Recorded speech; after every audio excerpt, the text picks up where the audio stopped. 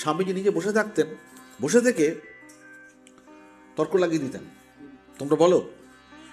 ঠাকুরও করতেন এটা। ঠাকুর একবার মাস্টারমশাইয়ের সঙ্গে স্বামীজি গিরিশবাবুর সঙ্গে তর্ক লাগিয়ে দিলেন, এবার নিজে বসে শুনছেন।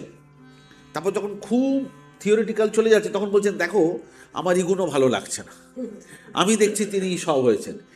যখন খুব হাইপোথেটিক্যাল চলে যাচ্ছে, আর্গুমেন্ট হতে বলছে, ঠাকুর কখনো এরকম তর্ক লাগিয়ে দিয়ে খুব আনন্দ করতেন না, কিন্তু ফাইনালি সলিউশনটা দিতেন। স্বামীজিও তাই, স্বামীজিও কখনো এর পক্ষ অবলম্বন করে ওর পক্ষ অবলম্বন করে যুক্তি দিয়ে ইন্টালেকচুয়াল এক্সারসাইজ, যত এই এক্সারসাইজগুলো হবে আপনার থিওরিটিক্যালি জিনিসটা ক্লিয়ার হবে। কেন থিওরিটিক্যালি আইডিয়াটা ক্লিয়ার না হলে প্র্যাকটিস করবেন কী করে?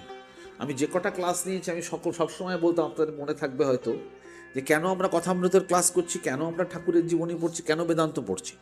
Two clear the intellectual understanding, this is very important.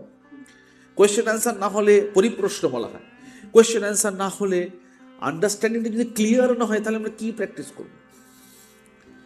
তাহলে তো ঝামেলার দরকার ছিল। ঠিক আছে, গুরুদেব মন্ত্র দিয়েছেন, আমরা জপ করে যে এত যদি বিশ্বাস থাকে তো খুব ভালো কথা, কোনো কথারই দরকার নেই তাহলে এত কোর্স ইত্যাদি, কিন্তু তাতে তো সবসময় আমাদের হয় না, শুকিয়ে যায়।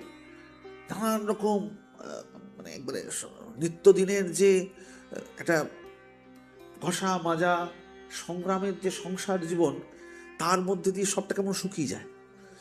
ভাবছেন যে এটা শুধু আপনাদের না, এটা আমাদেরও তাই। কেন? আপনারা you deal with the world, ভাববেন না যে we deal with the world less. আপনার থেকে অনেক বেশি হয়তো আমাকে ডিল করতে হয়।